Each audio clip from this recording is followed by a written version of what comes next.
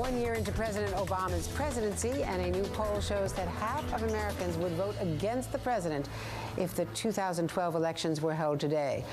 With us now to discuss this hypothetical, Ron Brownstein, political director for Atlantic Media, Pat Buchanan, MSNBC political analyst, Steve McMahon, Democratic strategist, an all-star group. Thanks very much. Ron, first to you. These are your numbers. Yeah.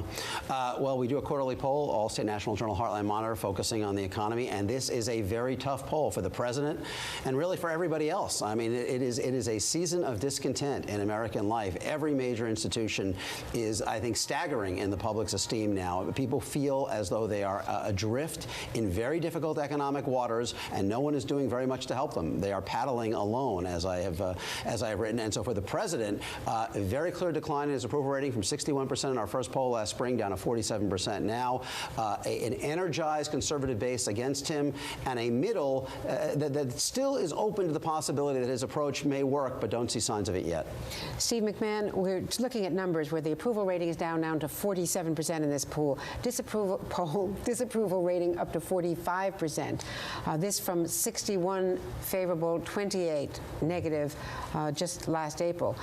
This is going to be a warning to Democrats on the Hill. This is going to affect him on close votes, and especially as you look at how close this race is in Massachusetts and what may or may not happen on Tuesday. Yeah, no, there's no question it's going to affect everything on Capitol Hill, because everything on Capitol Hill right now is a pretty partisan slog, and it's very difficult to get anything through the Senate unless you have 60 votes. So what happens in Massachusetts is going to be critically important for this president's agenda, and I think Ron says it correctly when he says the middle is still open-minded about this president's agenda. They would like to see it succeed. I think most Americans would like to see it succeed faster than it has, and this White House is very committed to turning to jobs in the economy in a very focused way once health care reform is over.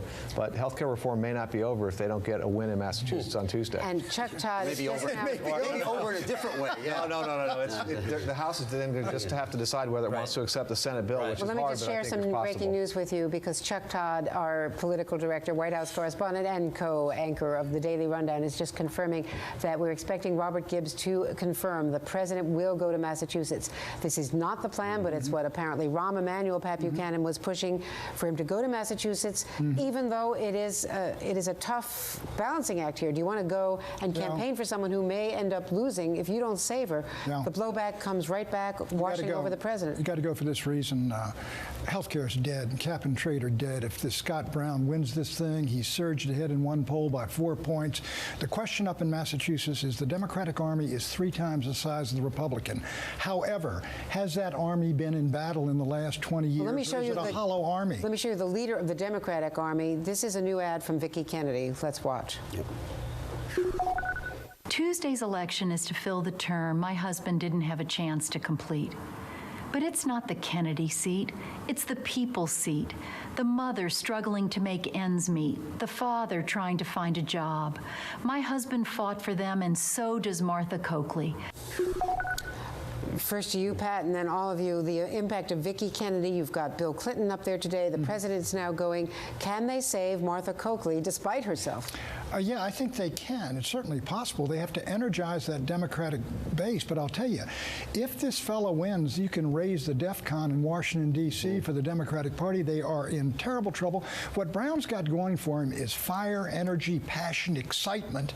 And the truth be told, Martha Coakley looks to us outside Massachusetts like another cookie-cutter liberal who's got no real excitement or passion to her. Those guys are going to have to push her over. They've got a 3-to-1 Democratic registration edge. If they can't win there, then this is not Virginia. Obama won 62% of the vote only, in November 2008. If Martha Coakley wins, I think it will be because Brown is like a submarine that surfaced a little bit too early. He was running well, running silent, running deep, and by the signs of momentum this week have caused Democrats to throw really everything they have into this.